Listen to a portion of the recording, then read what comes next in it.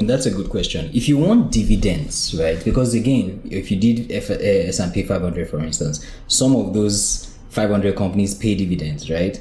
So you do get some dividends from ETFs, but it's usually very small. So you get but I think on average, VWRL will pay you like 3%, which is not a lot. It's the average that you get in developed countries. But there are companies that pay a lot more than that. They're dividend-paying companies like, the likes of BAT and so on, that, Aviva. There are a number of companies that pay like dividends like 7%, 8% returns, and all that. So if you're looking at dividend stocks, there are two ways you could do it. You either do the hard work, which I do, which is analyze for companies that are reliable, that you feel are okay, and then that are paid dividends, that have made profit and pay dividends consistently for at least 5 years, with the profits growing year on year. There's certain criteria I use. I have a whole video on that one, so I won't go into those details of the criteria I use.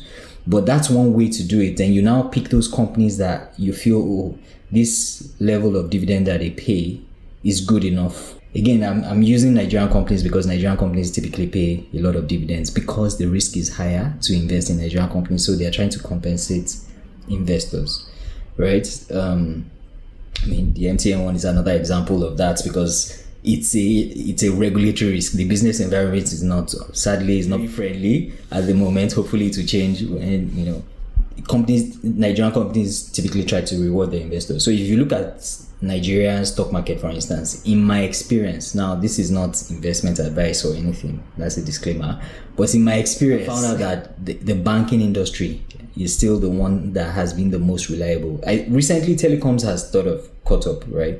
Because now you have MTN and Airtel in the stock market. But the banking industries have been quite reliable. And when you look at banks like Zenith Bank that do an average of like 10 to 12% dividends every year, that's some good change. Now, if we come to this side of the Atlantic Ocean, there's certain companies like that too that I know they pay dividends quite well and consistently. Aviva is one. I can't remember all their names. I know BAT is another. But their own dividends, when you look at high dividend paying companies here, they're usually around 7%, 8%, which is higher than the average you get from S&P, which does 3%, or VWRL, which does 3%.